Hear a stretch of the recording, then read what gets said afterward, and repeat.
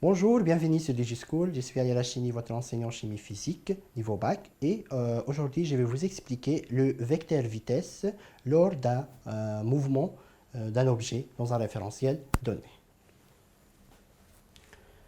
Donc, par définition, le vecteur vitesse, c'est le dérivé mathématique du vecteur position au n par rapport au temps.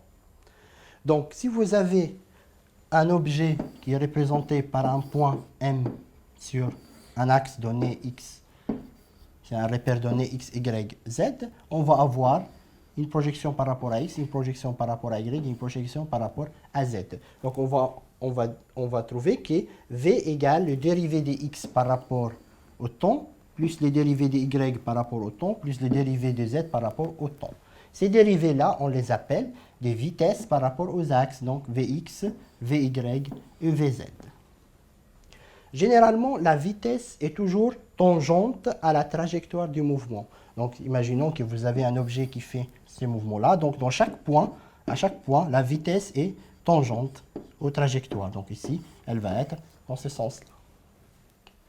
Elle est toujours orientée dans le même sens que le mouvement. Donc, si l'objet se déplace dans ce sens-là, donc la vitesse va être dans le même sens. Elle ne va pas être parallèle, mais dans le même sens. Ça veut dire de gauche à droite, par exemple. Sa valeur instantanée, elle peut être calculée en utilisant l'expression suivante.